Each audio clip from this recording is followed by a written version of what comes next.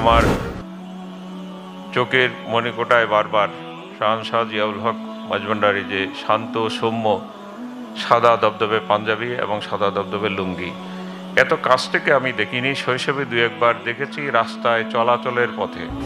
আমার বাড়ি ফটিকছড়ি। 1983 সালের এটি ছোট ঘটনা। আমি তখন ক্লাস 7-এ পড়ি এবং আপনারা যাকে মওলা হুজুর বলছেন,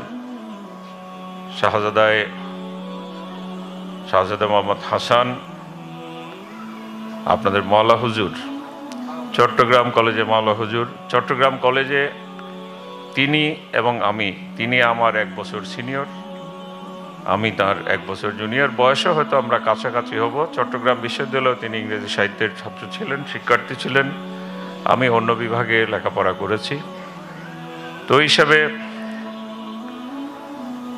মাঝভান্ডার দরবার শরীফে আমার যাতায়াত আছে। আমি যাই, হয়তো ওরসের সময় যাই না, প্রচুর লোক সমাগম।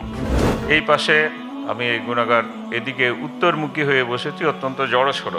মানে আমার এই হাত শাহনশাহ জিয়াউল হক মাঝভান্ডার এখানে, পিঠ তার কঠিন সান্নিধ্যে। এবং তিনি উঠেই পুলিশকে জিজ্ঞেস করলেন,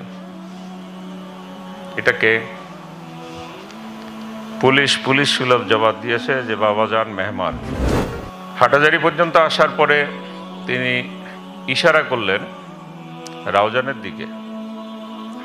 রাস্তাঘাট তো অত ভালো না, রাউজানের দিকে গাড়ি ছুটল এবং রাউজান উপজেলা হেডকোয়ার্টারে কোন গ্রামে এসেছিলেন ওটা আর মনে করতে পারছি না। হয়তো তরিকায়ে মাঝভান্ডারিয়ার কোনো প্রসিদ্ধ খাদেম খলিফাদের কারো, অথবা তাঁর মুরিদদের, অথবা হযরত দেলোয়ার হোসেন মাঝভান্ডারীর সরাসরি মুরিদদের কেউ হবেন, আমি জানি না। জায়গাটা আমার নানা বাড়ি রাউজান হলেও আমি এটা চিন্তা করতে পারিনি। মিনাশ শাইতানির রাজিম, বিসমিল্লাহির রহমানির রহিম। মা কানা মুহাম্মাদুন আবা আহাদিম মির রিজালিকুম ওয়ালাকিন রাসূলুল্লাহি ওয়া খাতামান নাবিয়্যিন। وقال الله تعالى في كلامه المجيد ألا إن أولياء الله لا خوف عليهم ولا هم يحزنون صدق الله المولانا العظيم وصدق رسوله النبي الكريم। বিশ্ব মানবতার মুক্তির দিশারি রহমতুল্লিল আলামিন আকায়ে নামদার তাজদার মদিনা মুহাম্মদ আরবি সাল্লাল্লাহু আলাইহি ওয়াসাল্লামের মিলাদ উপলক্ষে এবং তরিকায়ে মাঝভান্ডারিয়ার অন্যতম শাহনশাহ ওসিয়ে গাউসুল আজমের সুযোগ্য উত্তরাধিকার শাহজাদা সৈয়দ মোহাম্মদ জিয়াউল হক মাঝভান্ডারী রহমতুল্লাহ আলাইহির 96তম খসরুস শরীফ উপলক্ষে মাঝভান্ডারিয়া গাউসিয়া হক কমিটি চট্টগ্রাম মহানগর কমিটি কর্তৃক আয়োজিত আজকের এই আলোচনা এবং মাহফিলের সম্মানিত সভাপতি প্রকৌশলী আজিজুর রহমান চৌধুরী সাহেব এখানে এই মুহূর্তে উপস্থিত রয়েছেন, এবং আমি যখন উপস্থিত হয়েছিলাম তখন বক্তব্য রেখে আমাদের কাছ থেকে সাময়িকভাবে বিদায় নিয়েছেন জনাব মোহাম্মদ গোলাম রসুল, সাবেক পরিচালক প্রশাসন চট্টগ্রাম বন্দর কর্তৃপক্ষ। উপস্থিত রয়েছেন চট্টগ্রাম তথা ফটিকছড়ির সুসন্তান, চট্টগ্রাম বারের সিনিয়র আইনজীবী বিজ্ঞ অ্যাডভোকেট মনতোষ বড়ুয়া, চট্টগ্রামের বিশিষ্ট সাংবাদিক সিনিয়র সাব এডিটর দৈনিক সমকাল এবং সাংস্কৃতিক সম্পাদক চট্টগ্রাম প্রেস ক্লাব জনাব নাসির উদ্দিন হায়দার। প্রধান আলোচক হিসেবে এতক্ষণ আলোচনা পেশ করেছেন ডক্টর মোহাম্মদ মোর্শেদুল হক, সহযোগী অধ্যাপক ইসলামিক স্টাডিজ বিভাগ চট্টগ্রাম বিশ্ববিদ্যালয়। মঞ্চে আলোকিত এবং উপস্থিত অন্যান্য সম্মানিত মেহমানবৃন্দ, সম্মুখ সারিতে যারা রয়েছেন, তরিকায়ে মাঝভান্ডারিয়ার সাথে, তরিকতের সাথে রুহানি নিসবত যারা রাখেন, সকল বয়সের, সকল ধর্মের সম্মানিত ভাই বোনেরা, আসসালামু আলাইকুম ওয়া রাহমাতুল্লাহ। আমি এখানে ডক্টর মোহাম্মদ মুর্শেদুল হক, তিনি আলোচনা করেছেন, বিশ্ববিদ্যালয়ে অধ্যাপনা করেন। আমি প্রজাতন্ত্রের একজন সামান্য কর্মচারী। দুনিয়া আখেরাত কোনো দিকের শিক্ষা যোগ্যতা কোনো কিছুই নেই যে এই ধরনের একটি সন্ধ্যার মাহফিলে দাঁড়িয়ে কিছু কথা বলা। তারপরে আল্লাহ রব্বুল ইজ্জতের মদতের আশা রেখে প্রথমবারের মতো আজকে এই ধরনের একটি আয়োজন। চট্টগ্রামের সন্তান হলেও আমি আমার পেশাগত কারণে চট্টগ্রামের বাইরে বিভিন্ন জায়গায় চাকরিরত ছিলাম। আজকে প্রথমবারের মতো শাহজাহান জিয়াউল হক মাঝভান্ডারী রহমতুল্লাহ আলাইহির তার খুশরত শরীফ উপলক্ষে দরবার শরীফে অনেকবার যাওয়া হয়েছে আমার, কিন্তু এই ধরনের আয়োজনেই প্রথম। আল্লাহ রাব্বুল ইজ্জতের কাছে এখানে সহি সালামতে পেশাগত অনেক ব্যস্ততার মধ্যে দিয়ে এখানে হাজির করার তৌফিক দিয়েছেন। আল্লাহ রাব্বুল ইজ্জতের শুকরিয়া আদায় করি, আলহামদুলিল্লাহ। সম্মানিত ভাই বোনেরা এবং মুরব্বিয়ানে কেরাম,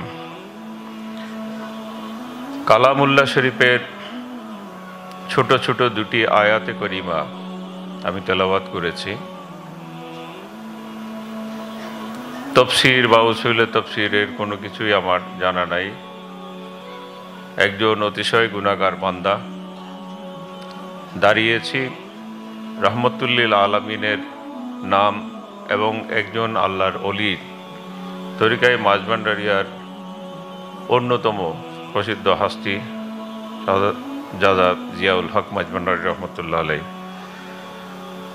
এই দুইজনের কিছু স্মৃতি এবং নবীজির আগমন, মানবতার মুক্তির সাথে খাতামুন নবিয়্যিন সমস্ত আম্বিয়ায়ে কেরামের শিরোমণি সর্বশ্রেষ্ঠ নবী আকায়ে নামদার তার আগমন, এই নবুয়ত এবং যারা ওলি আল্লাহ তাদের মধ্যে কি সংযোগ, আমার উপলব্ধি মতে, আমি গুনাহগার বান্দা যতটুকু উপলব্ধি করি সে মতো দু একটি কথা আল্লাহ রাব্বুল ইজ্জত যদি তৌফিক দেন সংক্ষেপে আলোচনা করার চেষ্টা করব। আল্লাহর হাবিবের শানে কালামে পাকের যে আয়াতে করিমা তেলাওয়াত করেছি ওটাতে দুটো বিষয় ইঙ্গিত আছে বলে আমার ধারণা। একটি হচ্ছে আল্লাহর হাবিবের তিনজন পুত্র সন্তান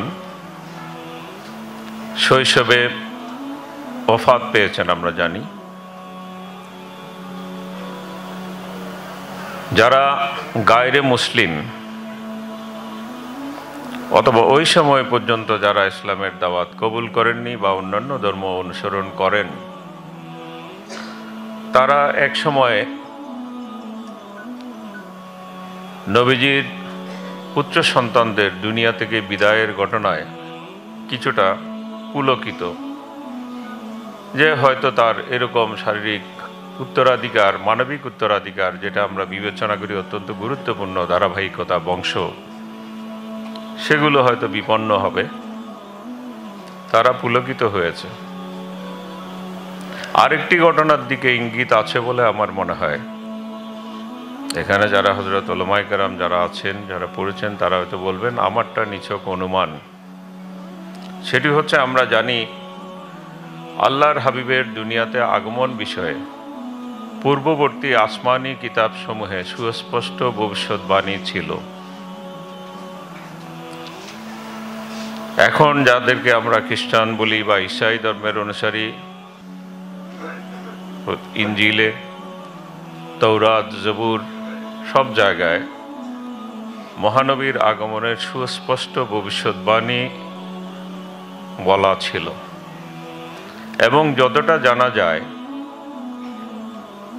বনি ইসরাইল হযরত মুসা আলাইহিস সালামের যারা উম্মত বলে দাবিদার, এখনও তারা দুনিয়াতে আছে। তাদের নামটা বলছি না, তারা গায়রে মুসলিম এই হিসেবে জানি, আমরা শুধু একটু বলি, কারণ মানবতার যে বাণী সেই বাণী দিয়ে কাউকে আমরা শত্রু হিসেবেও গণ্য করতে চাই না।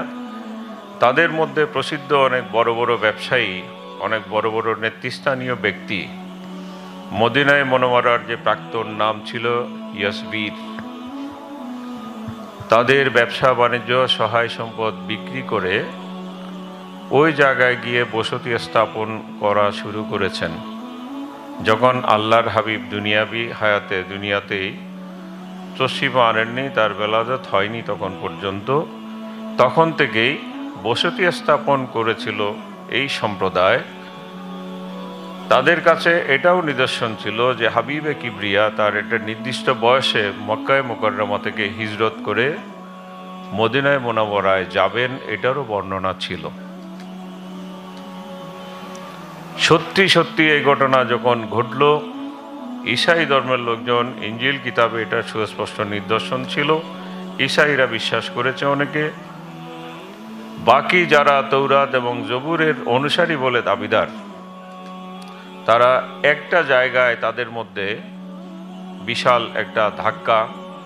তারা আশা করেছিল মুহাম্মদ আরবি সাল্লাল্লাহু আলাইহি ওয়াসাল্লামের আগমন ঘটবে বনি ইসরাইল থেকে, কিন্তু রব্বুল ইজ্জতের অশেষ মেহেরবানি, আখেরি জমানার উম্মতের জন্য, সমস্ত বিশ্ব মানবতার জন্য যিনি মুক্তির দিশারি হয়ে আসলেন, তিনি বনি ইসমাইল থেকে আসলেন, সৈয়দনা হজরত ইব্রাহিম আলাইহিস সালামের আরেক সন্তানের নসব থেকে।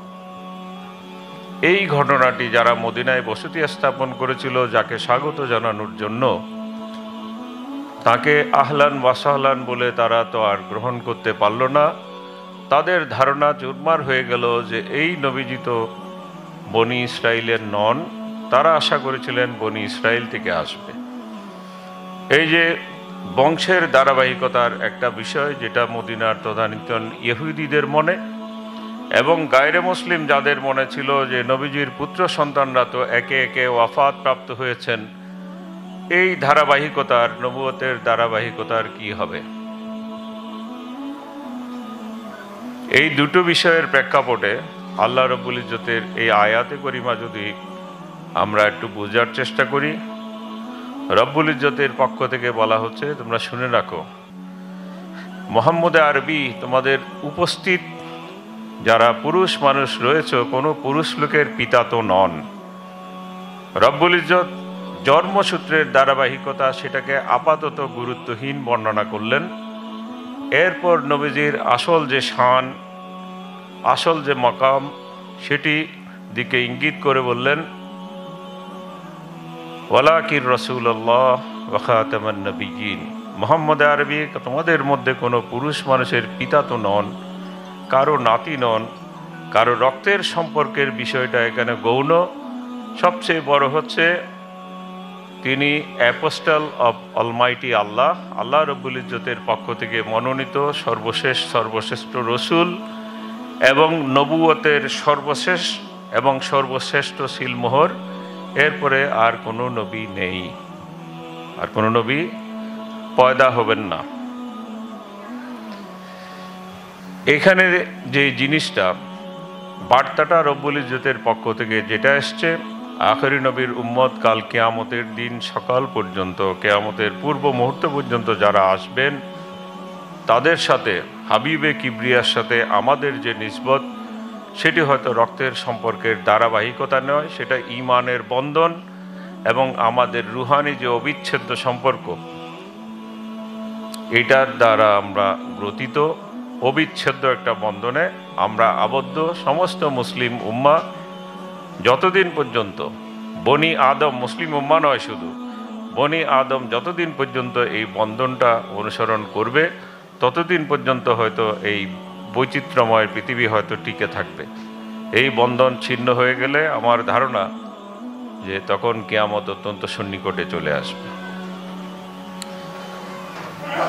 এখন আল্লাহর হাবিব তিনি দুনিয়াতে তশরিফ এনেছিলেন এবং আমাদের বিজ্ঞ অ্যাডভোকেট মনতোষ বড়ুয়া অত্যন্ত চমৎকারভাবে বলেছেন, হজরত ঈসা আলাইহিস সালামের কতদিন পরে আখেরি নবীর আগমন, তার কতদিন পরে মহামতি গৌতম বুদ্ধের আগমন, এই ধারাবাহিকতা বলেছেন। গতকাল আমি একজন প্রসিদ্ধ ইসলামী পণ্ডিত,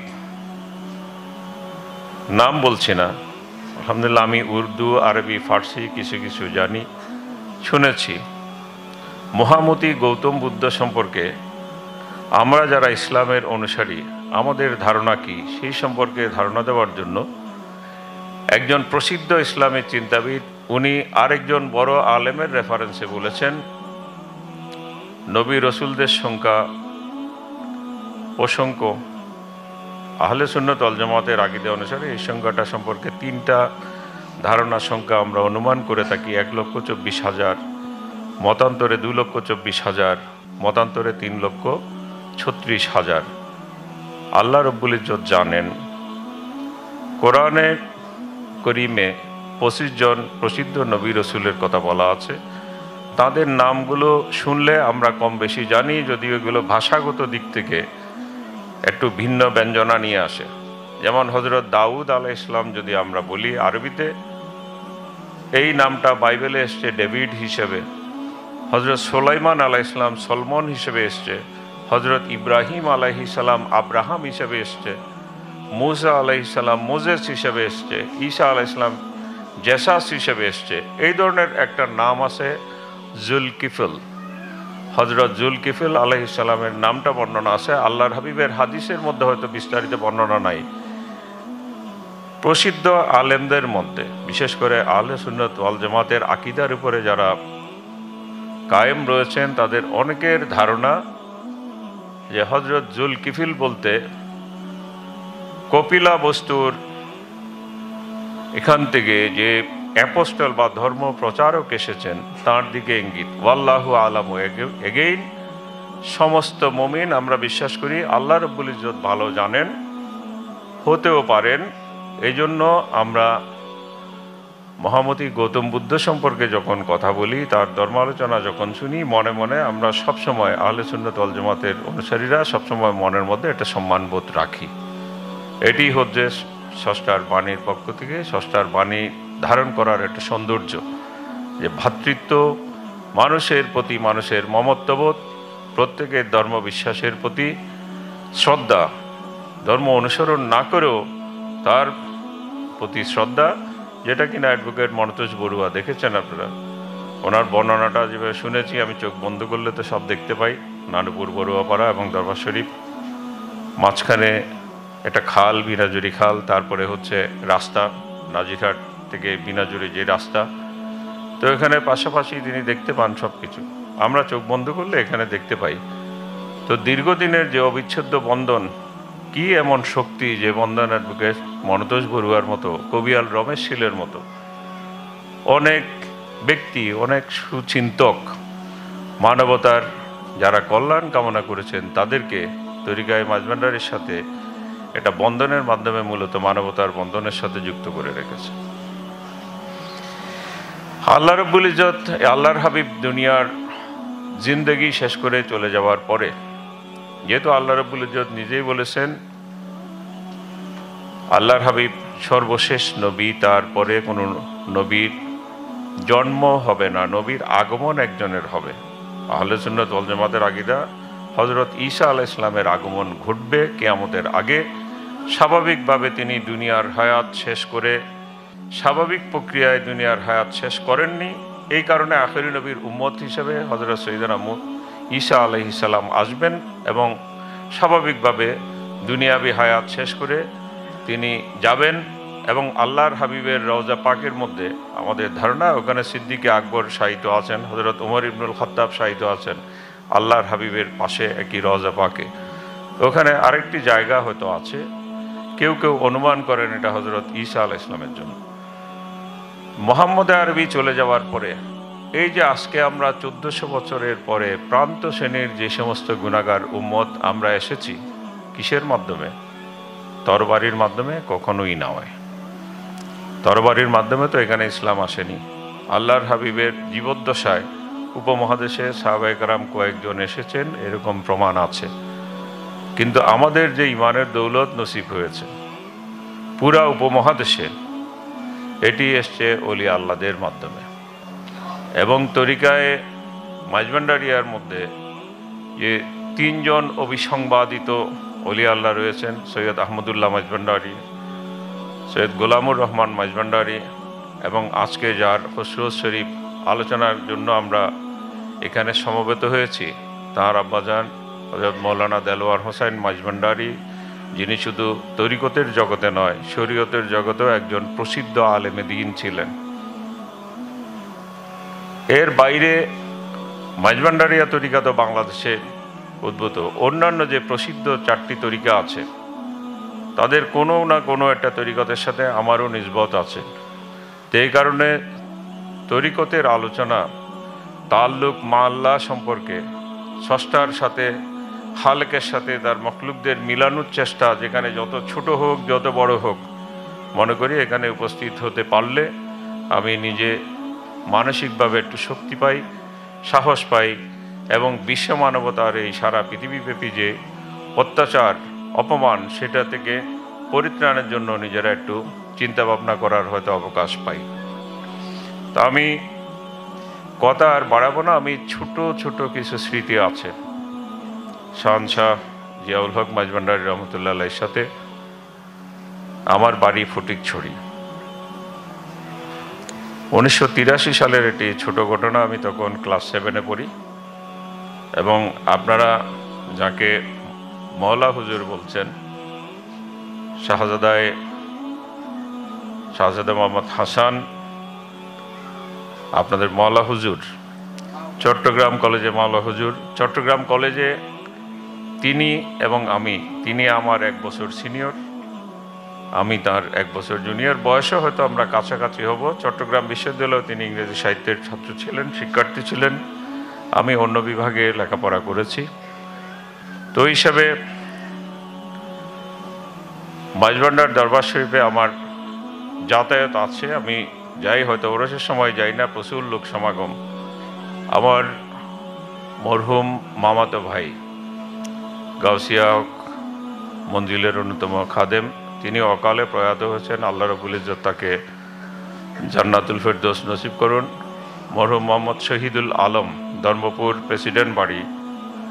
আমি আব্দুল সামাদ প্রেসিডেন্টের নাতি। আমি মেয়ের ঘরের আওলাদ, আর উনি আমার মামাতো ভাই ছেলের ঘরের আওলাদ। তিনি গাউসিয়া হক মঞ্জিলের অন্যতম একজন খাদেম ছিলেন, অকালে প্রয়াত হয়েছেন। তার মাধ্যমে আমি অনেক কিছু জানার চেষ্টা করতাম, বোঝার চেষ্টা করতাম। 1983 সালে একজন জেনারেল সাহেব 82 সালে ক্ষমতায় এসেছিলেন। যেহেতু সরকারি চাকরি করি, বিস্তারিত আর বলবো না, কিছুটা ইঙ্গিত করব। আকল মন্দরা ইশারা বাসত, আপনারা বুঝবেন। 83 সালে শুধু সেই সরকার, ঢাকায় একটা ঘটনা ঘটেছিল।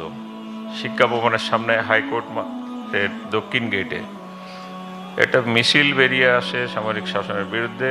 তার উপরে পুলিশের একটি ট্রাক তুলে দেওয়া হয়। সেখানে কয়েকটি তাজা প্রাণ ঝরে যায়।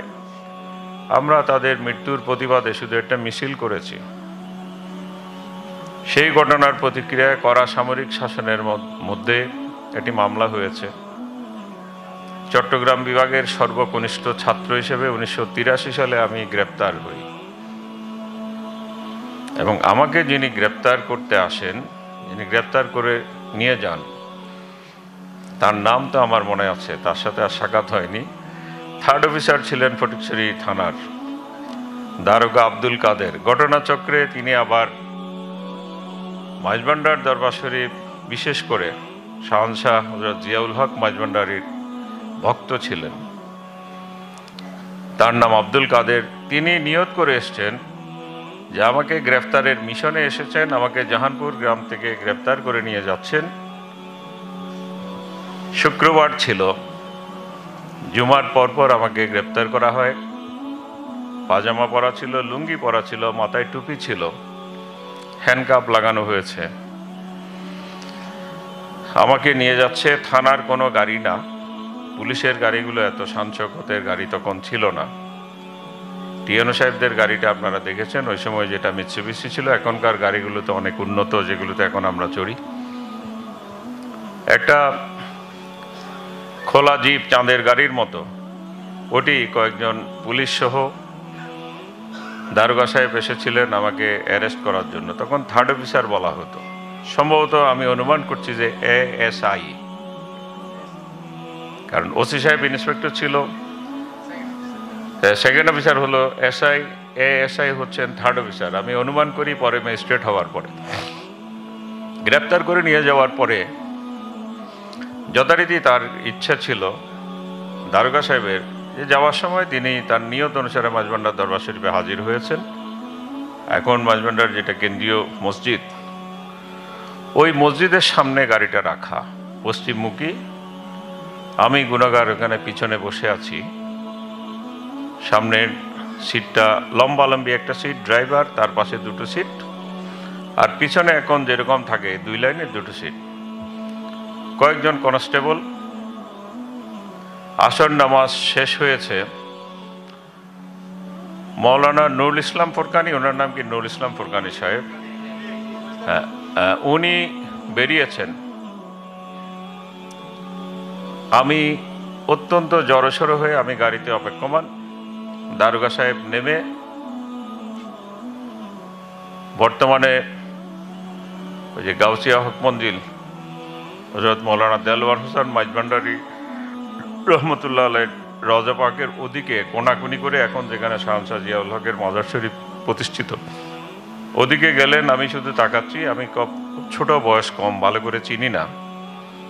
দারোগা সাহেবের আগে আগে কিছুক্ষণ সময় যেতেই শাহজাহান জিয়াউল হক মাঝভান্ডারী হাজির হলেন এবং যথারীতি গাড়ির জিপের সামনে 2টা সিট থাকতো, একটা সিঙ্গেল সিট থাকতো ড্রাইভারের সিট।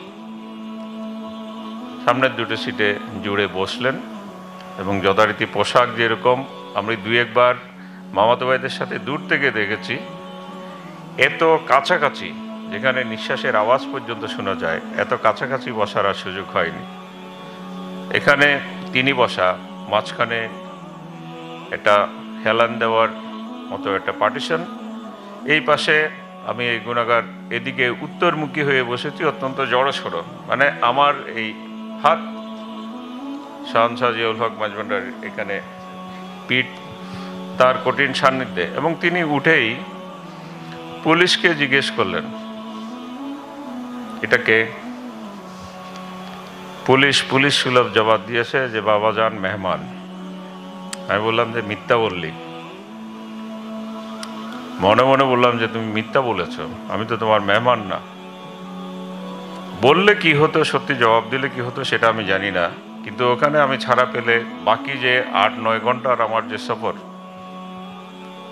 এটা হয়তো না, এবং আমার জীবনের পরবর্তী মোড় পরিবর্তন এগুলো হতো না। সেগুলো কিছুটা আমি বলবো।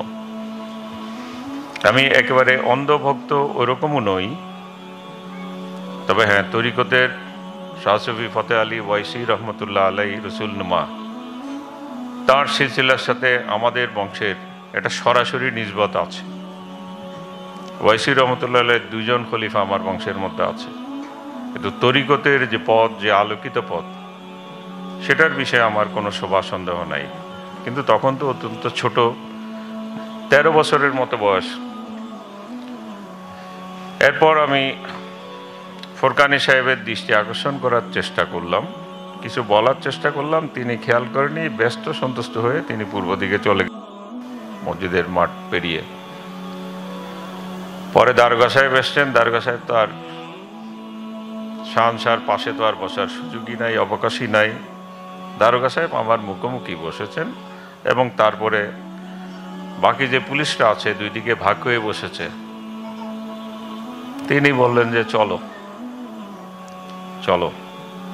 কোথায় যাবে এ কথা মনে হয় ড্রাইভার অথবা দারোগা সাহেব জিজ্ঞেস করেছিল। এটা পরে, চলো তো রওনা হলো গাড়ি। পুরনো যে ব্রিজ আছে, বেলি ব্রিজ, সে বেলি ব্রিজ না, বিনাজুরি নয়,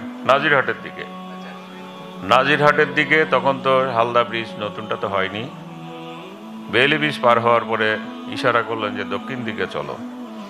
চলতে চলতে হাঁটাজারি আমরা রওনা করেছি মাগরিবের আগে, আসর এবং মাগরিবের মাঝামাঝি। হাঁটাজারিতে এসে আমি শুধু দেখছি, আমি তো কথাবার্তা বলছি না, অত্যন্ত জড়সড়, এবং আমার মনের মধ্যে একটু কষ্ট, ভীষণ কষ্ট।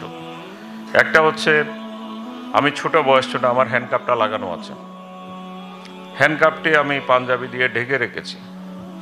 এবং যার পাশে বসে আছি আমি তার সাথে কথা বলার তো সাহস পাচ্ছি না। শিশু বলা যায় আমাকে, এখন যেভাবে সাবলীলভাবে কথা বলি তখন তো আর এভাবে বলার মতো না। বাট আমি বোঝার চেষ্টা করছি। সাদা পাঞ্জাবি এবং সাদা লুঙ্গি ছিল তার পরনে, এবং ওই সময়ের হালতটা, প্রথম দিকের হালতটা আমার কাছে খুব, আমরা একেবারে যেরকম সাদা সিধা স্বাভাবিক ওইরকম তো নয়, এরকম নয়। তিনি ওরকম হালতে বেশিরভাগ সময় থাকতেনও না। ক্যাফেস্টেন সিগারেট ধরা ওটা আমি দেখেছি, এবং কয়েকটা দেশলাইয়ের কাঠিও জ্বালাচ্ছেন, ম্যাশের কাঠিগুলো পড়ছে, জ্বলছে, কোথাও পাঞ্জাবিতে, লুঙ্গিতে, হাতের মধ্যে। আমার উৎকণ্ঠা যে হয়তো লুঙ্গিতে আগুন লাগলো কিনা, জামায় লাগলো কিনা, ওটার পড়ার কোনো লক্ষণ আমি কোনো জায়গায় দেখিনি। বাট এভাবে ম্যাশের কাঠিগুলো, দেশলাইয়ের কাঠিগুলো ধরা আছে। আমি অনুভব করার চেষ্টা করছিলাম, ঘটনাগুলো দেখার চেষ্টা করছিলাম। আমি বলছি আগে দেখে নিই, বিশ্লেষণ তো পরে। হাটাজারি পর্যন্ত আসার পরে তিনি ইশারা করলেন রাউজানের দিকে। রাস্তাঘাট তো অত ভালো না, রাউজানের দিকে গাড়ি ছুটলো, এবং রাউজান উপজেলা হেডকোয়ার্টারে কোন গ্রামে এসেছিলেন ওটা আর মনে করতে পারছি না।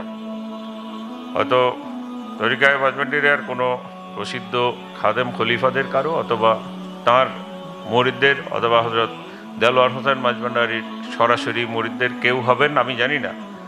জায়গাটা আমার নানা বাড়ি রাউজান হলেও আমি এটা চিন্তা করতে পারিনি। হ্যাঁ, হতে পারে কোনো একটা জায়গায়।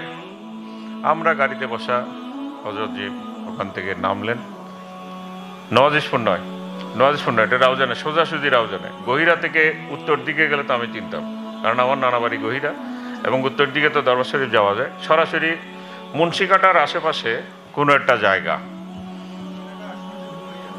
গহিরা পার হয়ে, গহিরা থেকে আরো দূরে। গহিরা তো আমার নানা বাড়ি, গহিরা থেকে পূর্ব দিকে, কিন্তু যেটা মদের মাহাল টাহাল আছে তারপরে, ওটা আমি জায়গাটা জানি না। রাতের মধ্যে আমি চিনতেও পারছি না সব।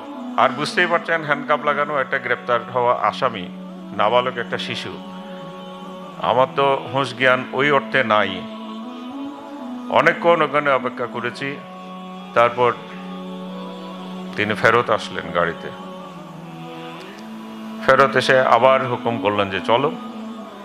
আবার গাড়ি চলছে। দারোগা সাহেবের কিন্তু আর কথাবার্তা নাই।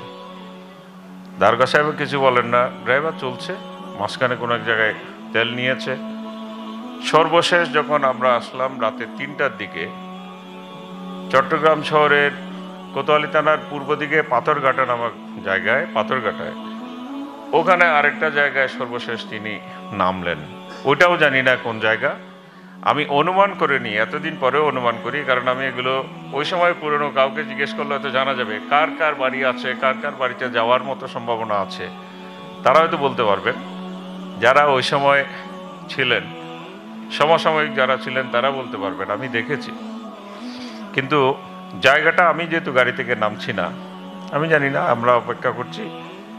ঘন্টা দেড়েক পরে ওখান থেকে বার্তা দেওয়া হলো যে আপনাদেরকে চলে যেতে বলছে। আমরা চলে আসলাম। গাড়ি এবার রওনা দিল। মাঝখানে কিছু দারোগা সাহেব নিজে খেয়েছেন বা আমাদেরকে খাওয়াইছেন কিনা আমি মনে করতে পারছি না। দুদিন পরে খিদার বিষয়টা আমার ছিল না, একটা ঘোরের মধ্যে ছিলাম। প্রথমত অ্যারেস্ট হওয়ার পর থেকে একটা অপমান। তারপরে শাহনশাহ জিয়াউল হক মাঝবান্ডারি জিজ্ঞেস করলেন, মাথায় টুপি টুপি দেখে দারোগা সাহেব বললেন, বাবাজান মেহমান। আমি বললাম থাক। ফোরকানি সাহেবকে বলতে পারলাম না, দৃষ্টি আকর্ষণ করতে চাইছিলাম এবং হ্যান্ডকাপটা দেখাইতে চাইছিলাম, ওটাও দেখাইতে পারিনি, এবং খাওয়া দাওয়া কিছু হয়নি। বাট আমি যেটা পেয়েছি, এক ধরনের স্পিরিট, একটি বিশেষ শক্তি আমি অনুভব করতেছিলাম। এটা পরবর্তীতে আমি আরও কিছু বিষয় বলবো। সরাসরি তার সাথে সম্পর্ক আছে, আমি এটা আমার রব জানে, আমি জানি না। 4:30 5টার দিকে আমাকে ফটিকছড়ি থানায় হাজির করা হলো। সেকেন্ড অফিসার ছিলেন একজন চাকমা বাবু, নাম মনে নেই, চাকমা ওটা মনে আছে। এবং ইনি সূর্যোদয়ের পরে আসলেন।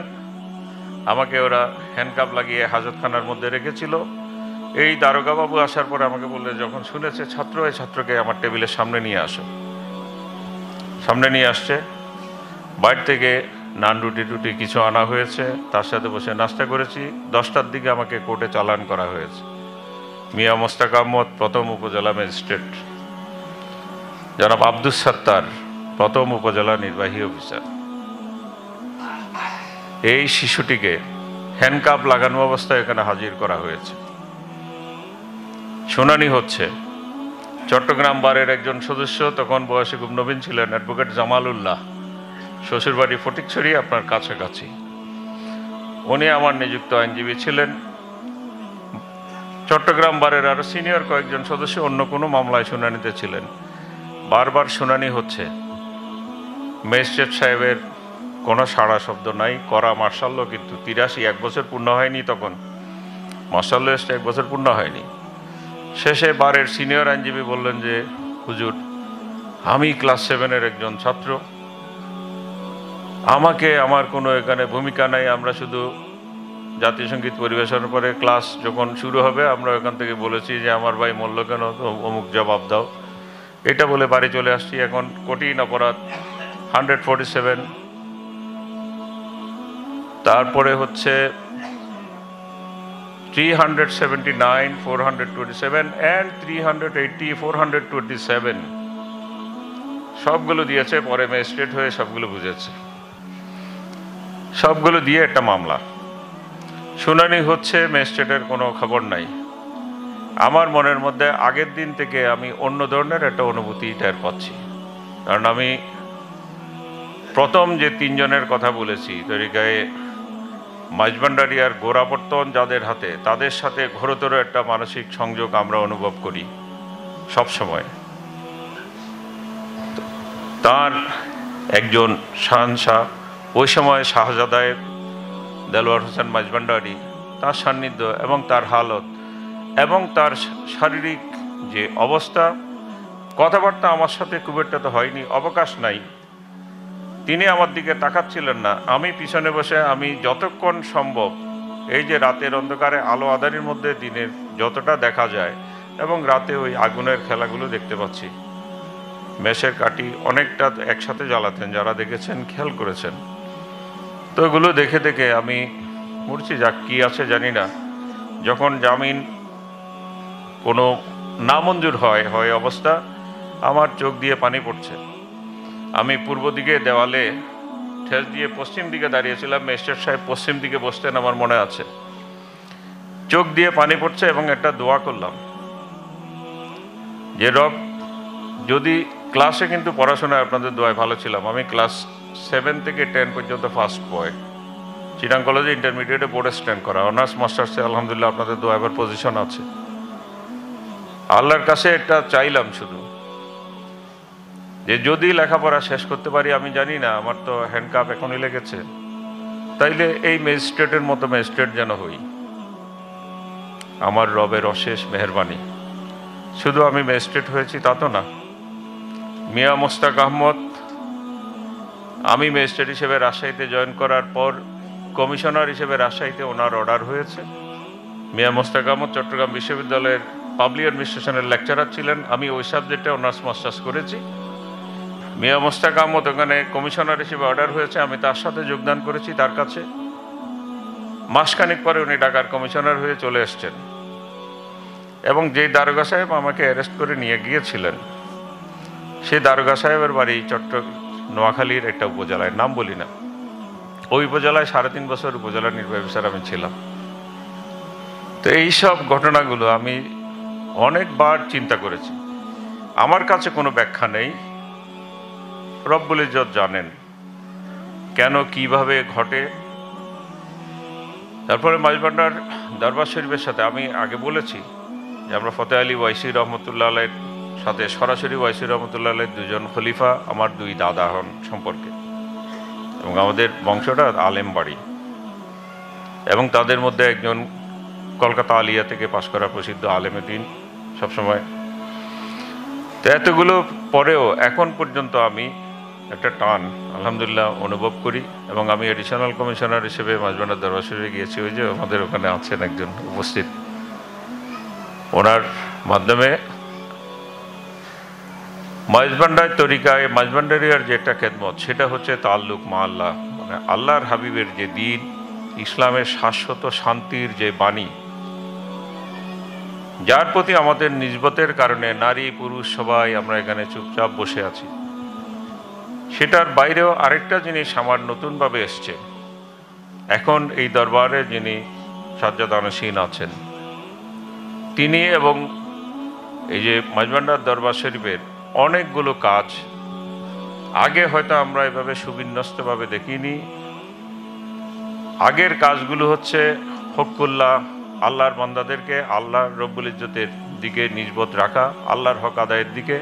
আর এখন এর পাশাপাশি হকুল ইবাদ বা আল্লাহর মখলুকদের যে খেদমত, সেটাও মাইজভান্ডার দরবার শরীফের পক্ষ থেকে জোরে সুরে শুরু হয়েছে। বিশেষ করে শাহনশাহ জিয়াউল হক মাইজভান্ডারি ট্রাস্টের যে জনকল্যাণমূলক কাজ, আমি শুধু চট্টগ্রাম মা ও শিশু হাসপাতালে ক্যান্সার সেন্টারের জন্য, ক্যান্সার চিকিৎসা কেন্দ্রের জন্য শাহনশাহ জিয়াউল হক মাইজভান্ডারি ট্রাস্টের পক্ষ থেকে যে বিপুল পরিমাণ অনুদান হস্তান্তর করা হয়েছে বিভাগীয় কমিশনার অফিসে, ওই ঘটনার সময় সামনে উপস্থিত ছিলাম।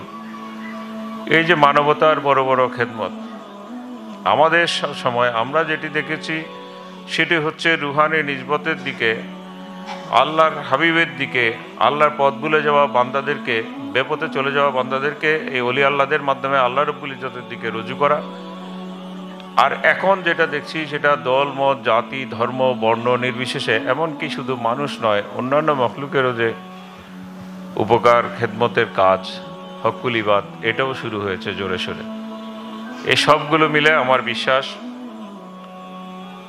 হয়তো শেষ জমানা পর্যন্ত এই সিলসিলা যতদিন তৈরি থাকবে, জারি থাকবে, যতদিন একজনও অন্তত আল্লাহ রব্বুল ইজ্জতকে চিনার জন্য চেষ্টা করবেন, আল্লাহর হাবিবের দুনিয়াতে আগমন যতদিন পর্যন্ত অলি আল্লাহদের শান মান এই সবগুলোর নিয়ে মানুষ চিন্তা করবে। এবং একজন আবেদ প্রসিদ্ধ দার্শনিক কবি আল্লামা শেখ ফরিদউদ্দিন আত্তার রহমতুল্লাহ আলাই, তিনি বলেছেন, এক জমানা সোহবতে বা আউলিয়া বেহতর আসত সালে তাআত বেরিয়া। আল্লাহর অলিদের কাছাকাছি, তাদের সান্নিধ্য, অন্তরে তাদের প্রতি নিজবত, তাদের প্রতি মহব্বত, এরকম নিয়ে তাদের দরবারে, তাদের কাছাকাছি অবস্থান করা, শত বৎসরের নিষ্কণ্টক নিষ্কলুষ রিয়া বা মানুষকে দেখানোর ইচ্ছা ছাড়া হলুস নিয়তে যে ইবাদত, তার চেয়ে কোনো কোনো সময় কল্যাণ হতে পারে। এবং আল্লাহ রব্বুল ইজ্জত জানেন, হয়তো এই ধরনের 2-1 মিনিটের আমলের কারণে আমাদের নাজাতের উসিলা হতে পারে।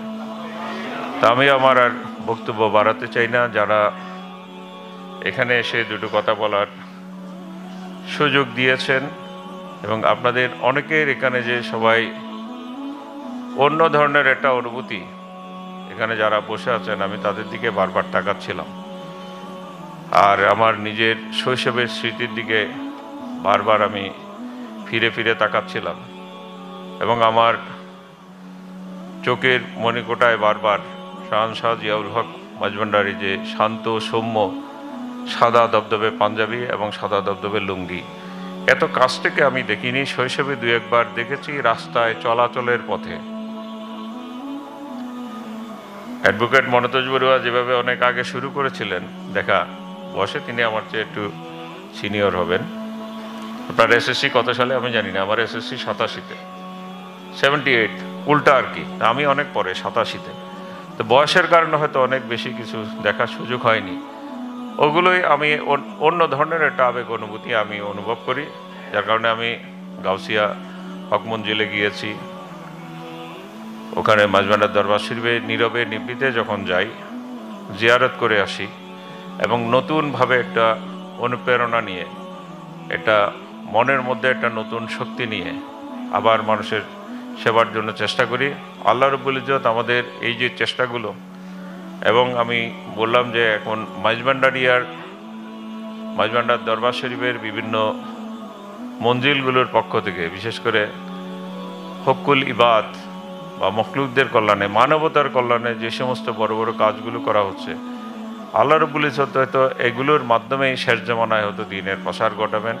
রব্বুল ইজ্জত যেন তাদের সমস্ত নেক মাকসুদ পূরণ করেন এবং সমস্ত তরিকতের যে পথগুলো আছে, তরিকায় মাঝভান্ডারিয়া সহ সবগুলোর পথ যেন মানবতার, মহামানবতার মুক্তির যে মিলনের মোহনা, সেখানে যেন আমাদেরকে জাতি, ধর্ম, বর্ণ নির্বিশেষে সবাইকে যেন মিলিত করে এবং আমরা সকল মানুষ বনি আদম, একজন একজনের ভাই, একজন একজনের বোন, এই যে ভ্রাতৃত্ববোধ সকল পরিস্থিতিতে, সকল প্রতিকূলতার মধ্যেও এই ভ্রাতৃত্ববোধ যেন আমরা সমুন্নত রাখতে পারি এবং এই যে তরিকতের অদৃশ্য যে বন্ধন, সেই বন্ধনের মাধ্যমে যে রব্বে করিমকে আমরা দেখিনি, আল্লাহর হাবিবের মাধ্যমে আল্লাহ রব্বুল ইজ্জত যে সমস্ত বাণী দিয়েছেন সেগুলোর মাধ্যমে এবং অলি আল্লাহদের মাধ্যমে আমরা আল্লাহ রব্বুল ইজ্জত সম্পর্কে আমরা ধারণা করেছি, এই ধারণাগুলো এবং আমাদের নাজাত, সেই সবগুলোতে মানবতার মুক্তির সাথে যেন তরিকতের, রিসালতের একটা অবিচ্ছেদ্য বন্ধন কিয়ামত পর্যন্ত আল্লাহ রব্বুল ইজ্জত বরকরার রাখেন এবং সমস্ত মুসলিম উম্মার মধ্যে, সমস্ত মানব জাতির মধ্যে একটা ভ্রাতৃত্ববোধ যেন সুদৃঢ় থাকে। একটি শরীরের অঙ্গ প্রত্যঙ্গ হিসেবে যেরকম একটা নৈকট্য অনুভব করে, আমরাও যেন সেরকম নৈকট্য অনুভব করতে পারি। আল্লাহ রব্বুল ইজ্জতের কাছে কায়েম অনুবাক্যে প্রার্থনা রেখে আমি আমার বক্তব্য শেষ করছি। ওয়া মা তৌফিক ইল্লা বিল্লাহ। আসসালামু আলাইকুম ওয়া রাহমাতুল্লাহ।